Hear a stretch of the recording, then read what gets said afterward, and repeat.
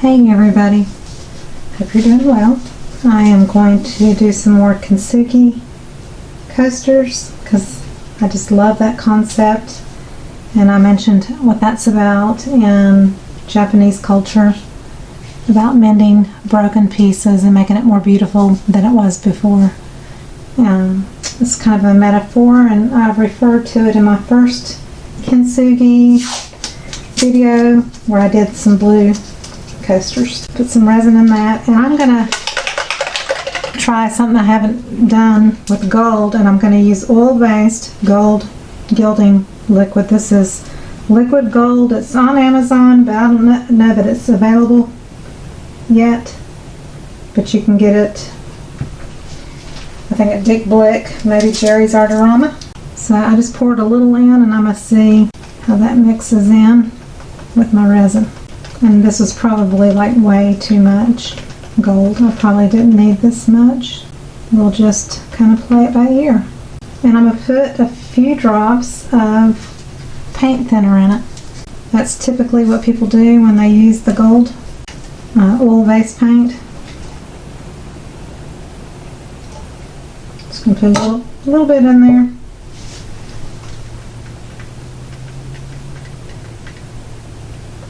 I don't know if that'll cause some kind of a reaction in the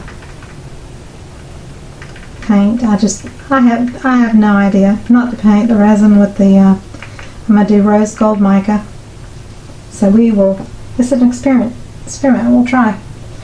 So I'm going to use a Red Drawn rose gold mica powder, and if it's like the pale gold and the rich gold that I've used, it's very potent. So I'm going to put in, for this much resin, maybe about a quarter teaspoon. We'll start with that and see what it looks like. I don't want it to really be transparent. And when you lift it up and pull it off the stick, that's when you can tell if it's transparent or not. So I want to go with more.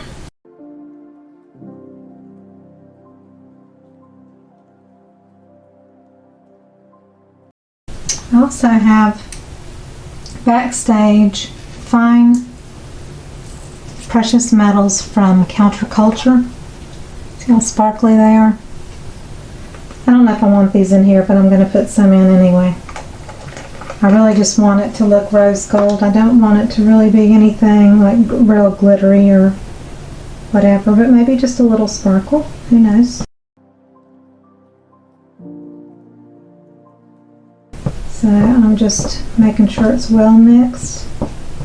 Got plenty of resin, and it's already warming up.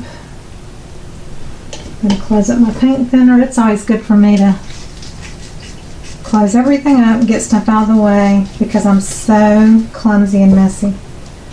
And that's no joke. I'm going to leave the gold open just in case. I think I have plenty in here though. I don't know.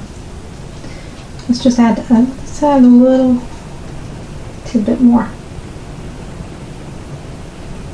You never want more than 10% or something like that anyway. Have your resin to have something added to it. Otherwise it kind of messes with the curing. In the can it looks lighter, and in the resin it looks darker, so that's interesting. So what I'm going to do, I'm just kind of randomly, because I don't know if it'll drop through in the resin,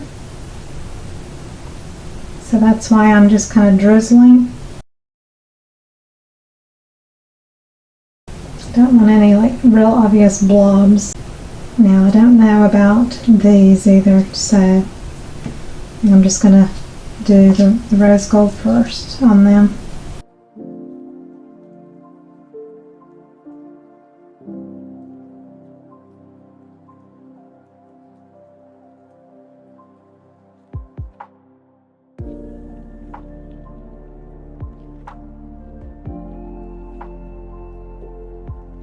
And with any of these that have the little, this one's totally filled up, but anywhere where they have the little thing, you want to make sure to pull the side up open so that the resin can definitely get into that crevice above the little holder, the little hole where the hole is.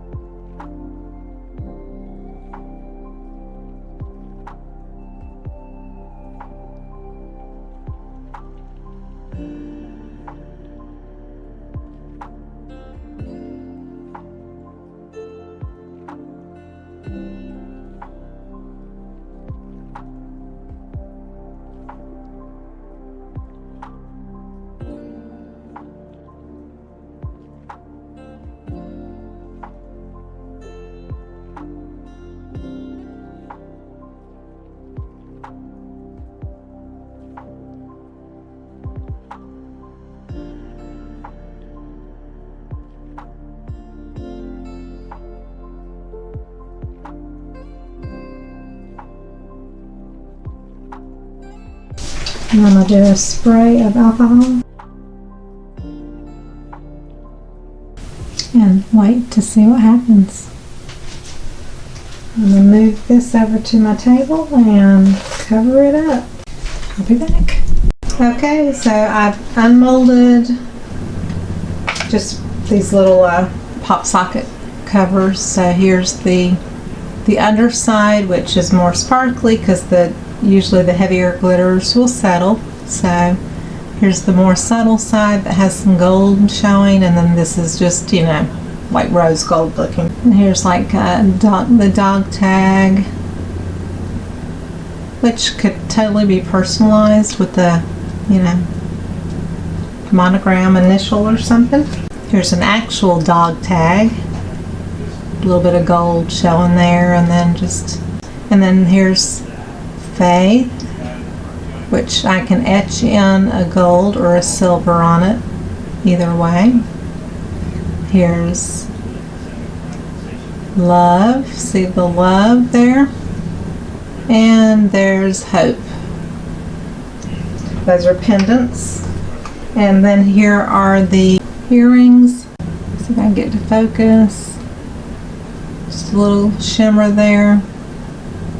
Pretty, they'd be pretty with the silver or gold edges. I had to sneak a peek at these, so I've taken one out. So there's there with the gold. This was what, you know, I poured in on the top, but here is the side that has the etching of the golden, the cracks. So you can see some gold through there, and lots of shimmer from the rose gold.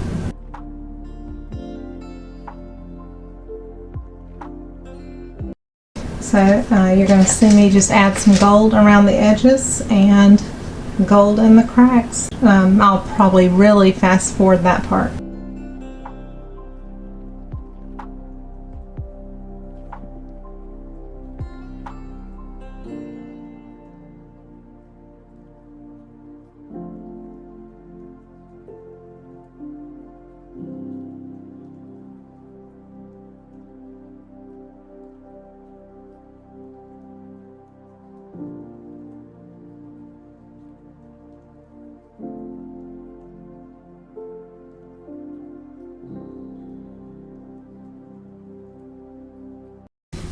Okay, so I just want to show you these up close. Here is the side with the painted gold cracks.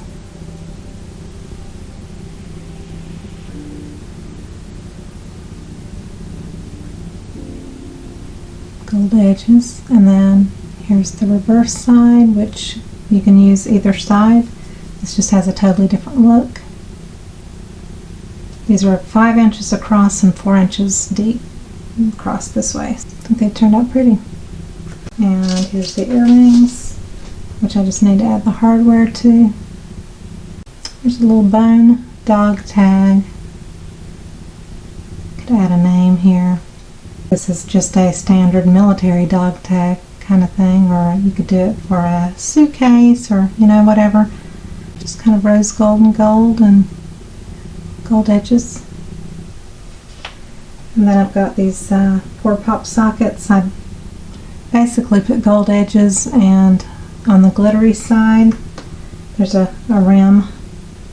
And on this one, instead of on this gold, I did it with the one that had the gold in it, which just shows, you know, a little bit more of the gold accent there.